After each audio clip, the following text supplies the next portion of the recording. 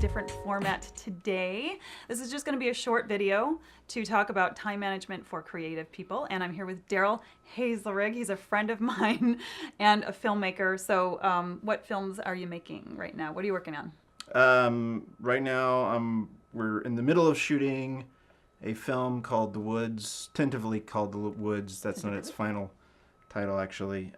It's for our company, The New Puppet Order. We produce puppet films of a more mature nature, not for kids. They're kind of crazy. All right. Noted. So yeah, we're in the middle of that, and then what is that beeping? I don't know. We're at his studio, so Atlanta Yeah. Pro AV, and so there's going to be some noise in the background, but that's okay.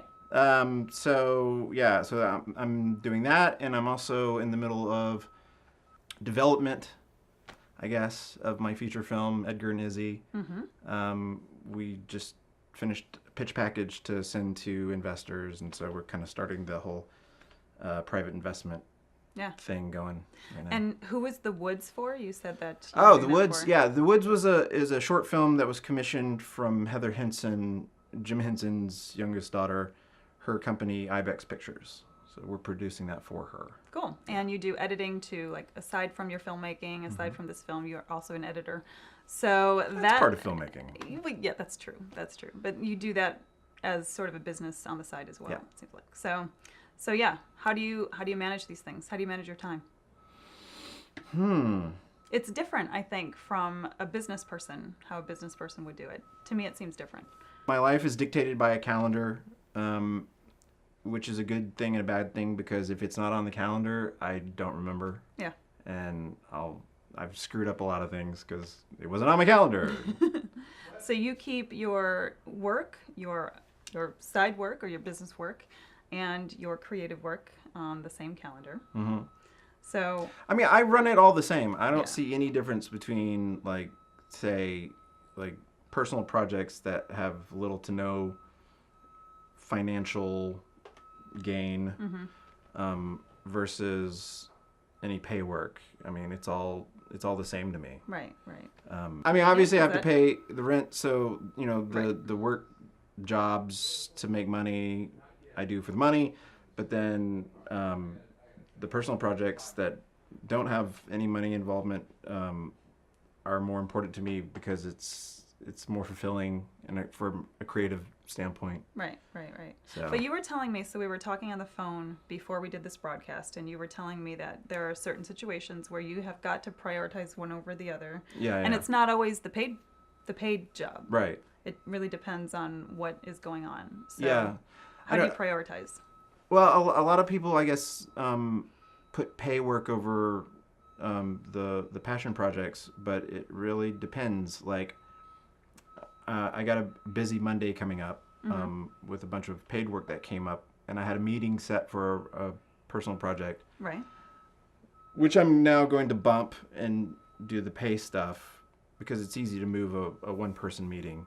But if we've planned to shoot in a studio and coordinated 30 people, there have been times when I've given up the pay work for the personal project because it's more intensive to try to move that kind of stuff around, and usually my involvement in those things is pretty critical to where, like, if I'm not there, it's pretty much a bust for everybody. So Right.